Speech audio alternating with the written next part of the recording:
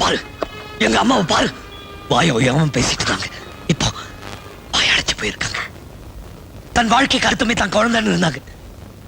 அந்த குழந்தை அவங்க கண்ணு முன்னாடியே குத்தி கொலை பண்ணிட்டாங்க. காப்பாத்து காப்பாத்துன்னு சத்தம் பண்ணாங்க. என்னால கூட காப்பாத்த முடியல. இந்த பாவியால காப்பாத்த முடியல. நாங்க என்ன பாவம் பண்ணோம்? இதுக்கெல்லாம் யார் காரணம்? ஏன் இப்படி நடக்கும்?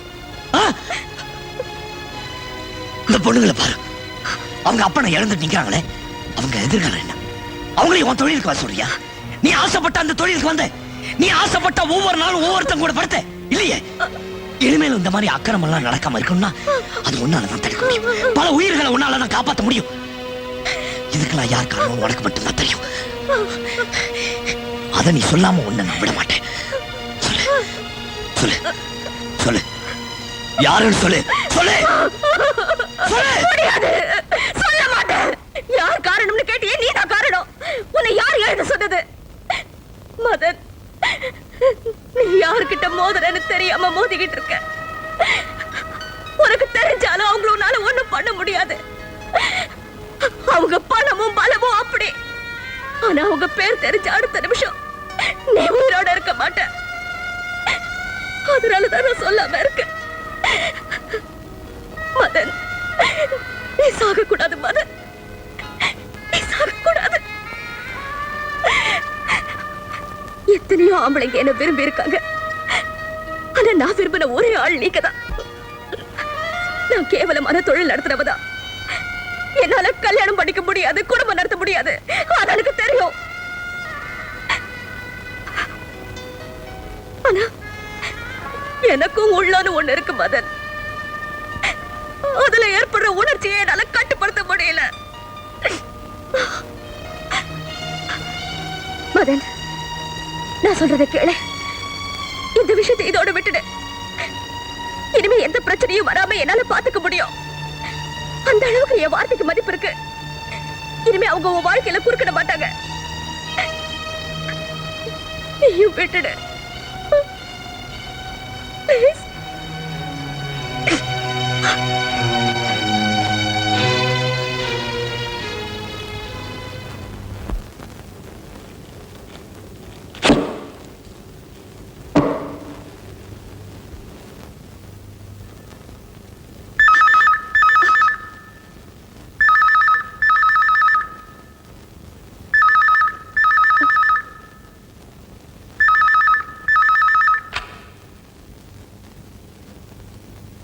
தாஸ் பேசுறேன்.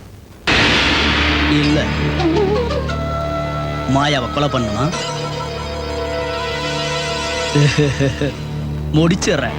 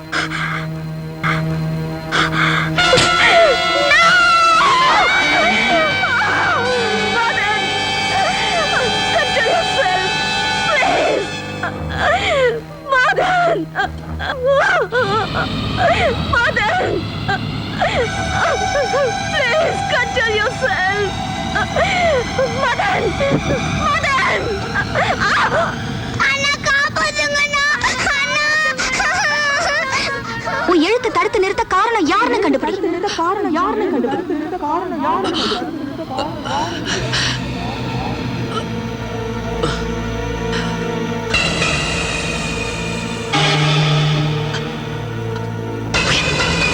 மாயா, மாயா,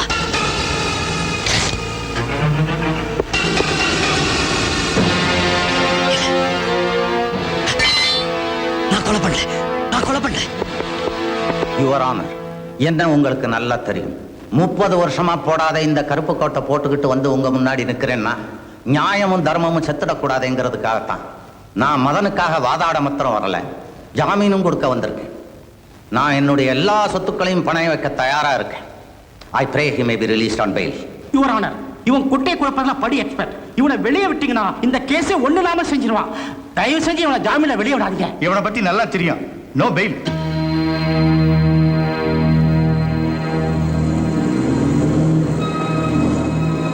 சாரி மதன், உங்களுக்கு உதவி என்னால முடியல. இந்த வழக்கில் நீங்க எடுத்த முயற்சிலாம் வீணா போச்சு. இல்ல இருக்குது, நான் அப்படி நினைக்கல. மனுஷனா பிறந்தா சாதிக்கணும், நான் சாதிச்சு காட்டுறேன். இவ்வளவு நடந்து இதுக்கு மேல இன்னும் நடக்க வேண்டியது எவ்வளவோ இருக்கு. இதுக்கே பயந்துட்ட எப்படி?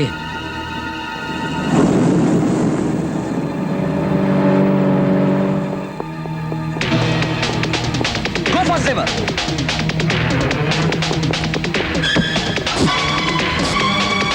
Faster.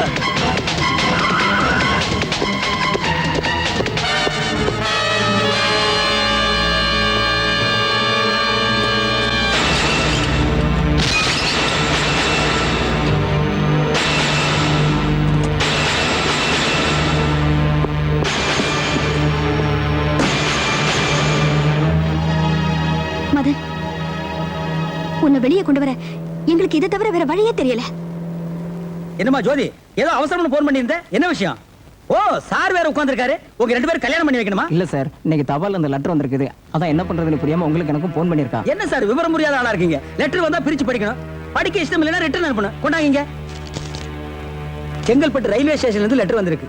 அங்க க்ளோக் ரூம்ல உங்க அப்பா ஒரு பெட்டி வச்சிருக்காரு. 1 மாசம் ஆகி அந்த பெட்டி யாரும் எடுக்கல. உடனே வந்து பணத்தை கட்டி எடுக்க சொல்லிருக்காங்க. அவர் இறக்கிறதுக்கு முன்னால ஏதோ ஒரு பொருள் வச்சிருந்திருக்காரு. அதை பத்தி ஏதாவது உனக்கு தெரியுமா? இல்ல, பழக்கமா எங்க அப்பா எதை செஞ்சாலும் எங்க கிட்ட சொல்லிட்டு தான் செய்வாரு. அவர் ஏன் செங்கல்பட்டு போனாரு, என்ன பெட்டி வச்சிருக்காருன்னு ஒண்ணுமே புரியலையே. ஒருவேளை நம்ம கேஸ் சம்பந்தப்பட்ட தடயங்கள் அந்த பெட்டியில் இருந்தாலும் இருக்கலாம். எதுக்கு நான் இதை கொண்டு போய் மதன் கிட்ட கொடுக்குறேன்?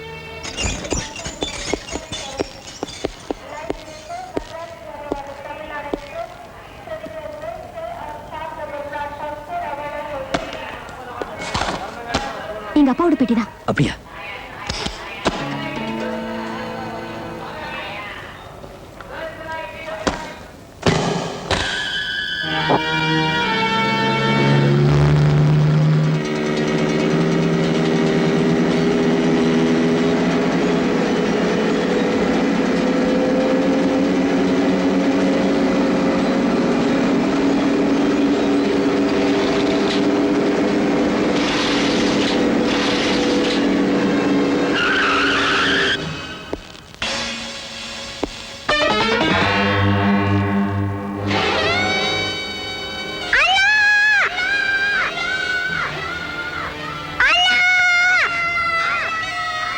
Hi mister Madan. பழசெல்லாம் ஞாபகத்துக்கு வருதில்ல? கண்ணில் தெரியுது. எல்லாரும் சொன்னாங்க கேசட்டை கண்டுபிடிச்சிடுன்னு சொன்னாங்க. கண்டுபிடிச்சிட்டேன். குட். மத்தேன், மேடம் கையில் பிரீஃப்கேஸ் இருக்கு, வாங்கிக்க. நோ, முடியாது. Come on baby.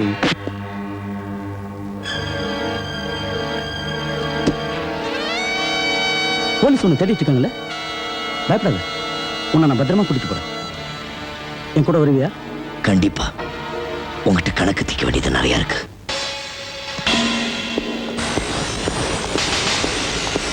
மத்தேன், cassette.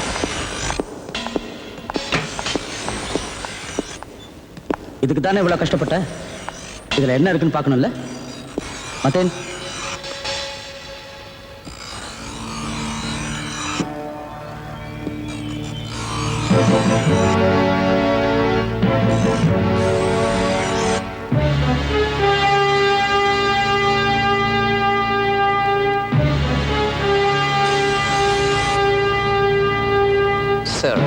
a foolproof plan.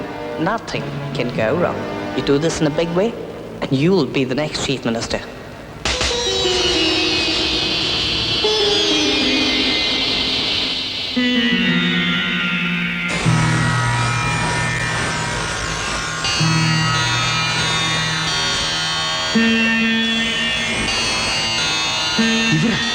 ஆமா,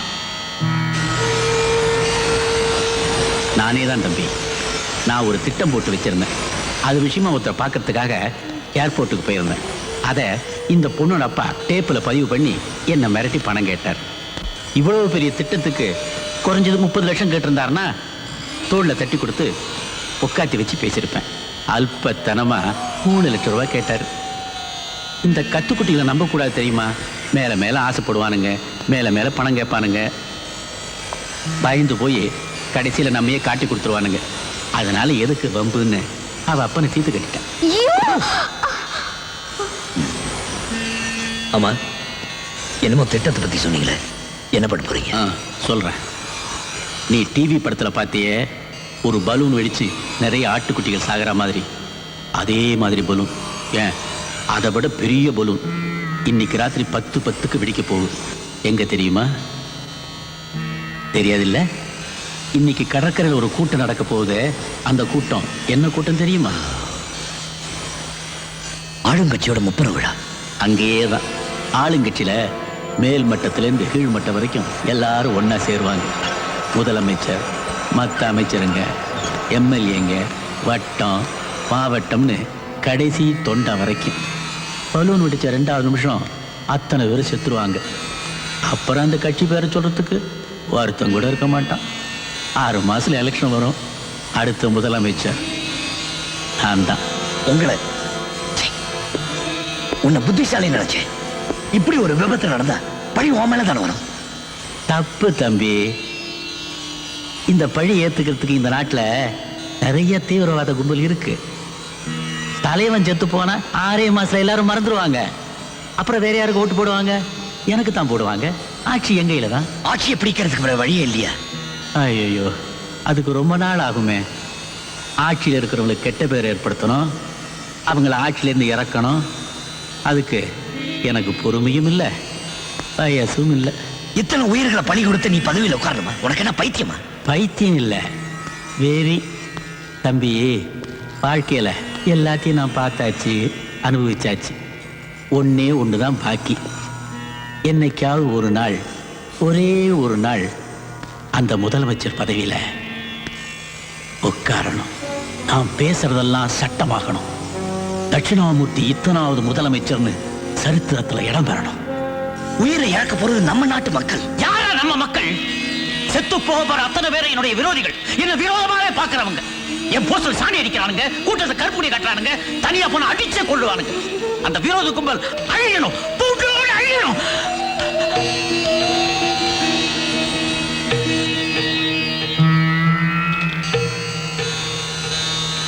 தம்பி, எனக்கு நேரமாச்சு.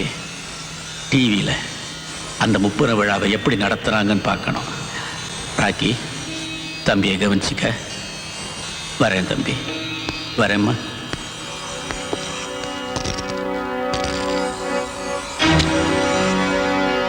ஒரு நிமிஷம். என்ன? சாக போறவன் கடைசி ஆசைங்கிறது இல்லையா? என்ன சொல்லு. நான் செத்த ஒரு ஆம்பளை கையால சாகணும்னு ஆசைப்படுறேன். ஏய், என்ன சொல்ற? முதுகுல குத்துறது, கூண்டுக்குள்ள வச்சு குழந்தைய கொலை பண்றது, இதெல்லாம் ஒரு ஆம்பளை செய்யற காரியம் இல்லை. அனு, உலையில கழட்டி கொடு.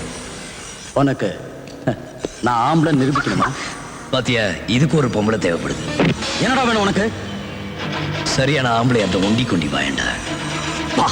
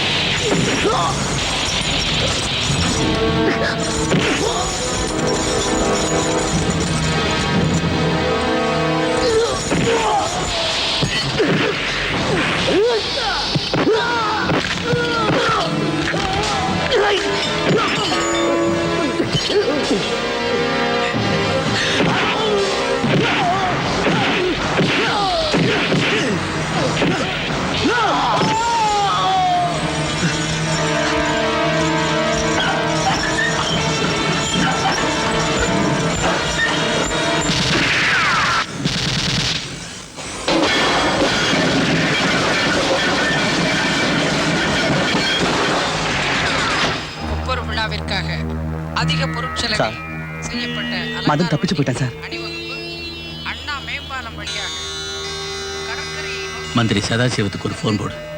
அண்ணே நீங்களாண்ணே, என்ன விஷயம்ண்ணே? போலீஸ்லேருந்து தப்பிச்சுக்கிட்டு இந்த பத்திரிகை ஒருத்தன் மன்மதன் ஓடி போனானே, அவன் இன்னைக்கு பொதுக்கூட்டத்தில் யாரையோ பழி வாங்கணும்னு மேடைக்கு பக்கத்துலேயே சுற்றிக்கிட்டு திரியறானா. எங்கள் ஆளுங்க வந்து சொன்னாங்க, சும்மா உங்களுக்கு எச்சரிக்கை பண்ணி வைப்போங்கிறதுக்காக ஃபோன் பண்ணேன். ரொம்ப நன்றிண்ணே, நான் பார்த்துக்கிறேண்ணே. அப்பா அஜாக்கிரதையாக இருந்துடாத, நீயே நேரா போ. நீயும் அங்கே இருந்தால் தான் எல்லாம் நல்லபடியாக முடியும். போலீஸ் கமிஷனருக்கு ஃபோன் பண்ணு. அப்படியா? Thank you sir. இப்பவே மீட்டிங் கிரவுண்டுக்கு தகவல் கொடுத்து அவனை மழக்கத்துக்கு ஏற்பாடு பண்றேன். கண்டிப்பா பிடிச்சிடும் சார்.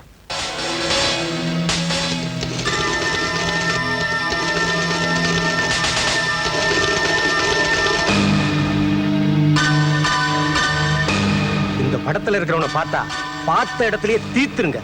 இத பாருங்க பாண்டியன், மதனை பத்தி எனக்கு நல்லா தெரியும். அவன் ரொம்ப நல்ல பையன். உங்க ஆளுகிட்ட சொல்லுங்க, அவனை எதுவும் செய்ய மாட்டான். அதெல்லாம் எனக்கு தெரியாதுண்ணே. நீங்க ஏதாவது பேசணும்னா சீக்கிரம் வந்து நான் சொல்றது கேளுங்களேன். டேய், அவனை புடிச்சு வெட்டி போடுங்கடா, மத்ததெல்லாம் நான் பாத்துக்கிறேன்.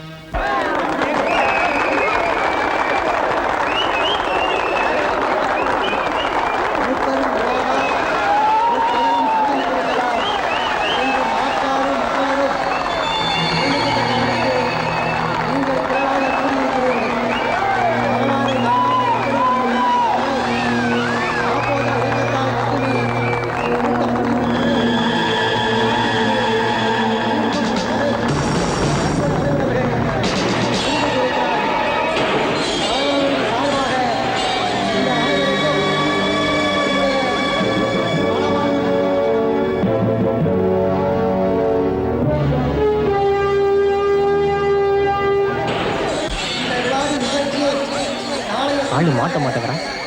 கிடைச்சா போட்டு தள்ளிடலான்னு பார்க்குறேன்.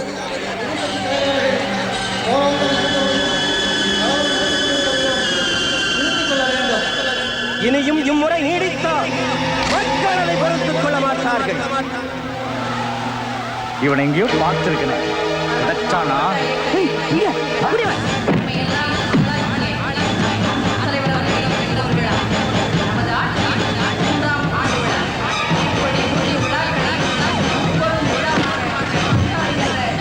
நான் சொல்றது கேளுங்க, உங்களை நான் காப்பாற்ற வந்திருக்கேன். நான் மட்டும் தான் உங்களை காப்பாற்ற முடியும். விடுங்கடா.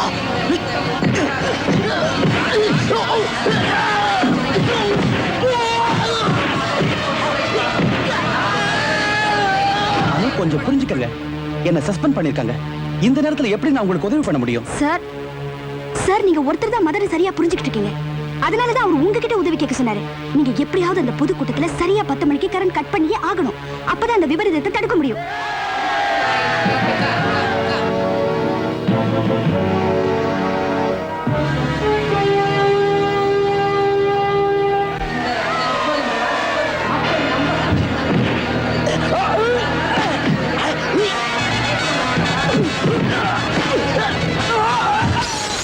காசில என்ன கூட்டம் நடக்கும் தெரியுமில்ல? ஆளுங்கட்சியோட 30 விழா. ஊர்ல இருக்க பெரிய தலைங்க எல்லாம் அங்கதான் இருக்கு. இந்த நேரத்துல நீங்க கரெக்ட் கட் பண்ண சொல்றீங்க. முடியாது சார். சார் சார் நாங்க சொல்றது கொஞ்சம் புரிஞ்சுக்குங்க. நோ மேடம், என்னால ஒண்ணும் செய்ய முடியாது. 1 மினிட் மிஸ்டர். உங்கள் இன்முகத்தை காணும் தலைவர்கள் வர இருக்கிறார்கள். இதோ நம் அன்பு தலைவர்கள் வந்து விட்டார்கள். பெரியோர்களே, தோழர்களே, நம் இணைய வேந்தவர்கள் வந்து விட்டார்கள்.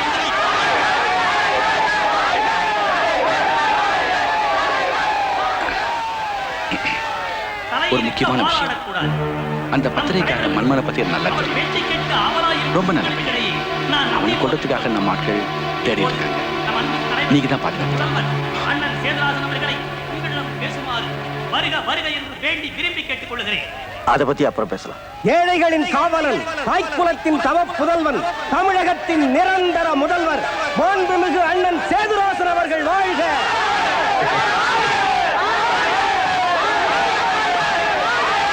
எனது எலும்பும் சதவுமா இருக்கிற நமது இயக்கத்தின் செயல் வீரர்களே, பெரியோர்களே, எங்களை வாழ வைக்கும் தாய் குலமே, தலைவன் பெரியவனா, தத்துவம் பெரியதா? நமக்கு முன்னாலே இருந்த தலைவர்கள் விட்டு சென்ற தத்துவத்தை கட்டி காக்கின்ற தொண்டனாக, சிப்பாயாக இருந்து செயல்படுவதையே நான் பெருமையாக நினைக்கிறேன்.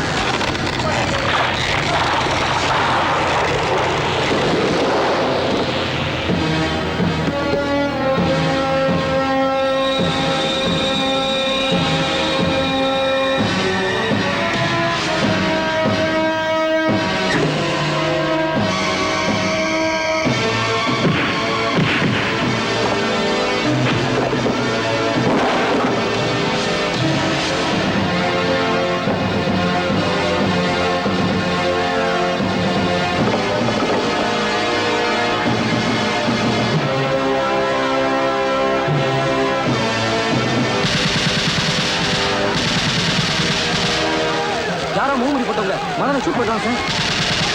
அவங்க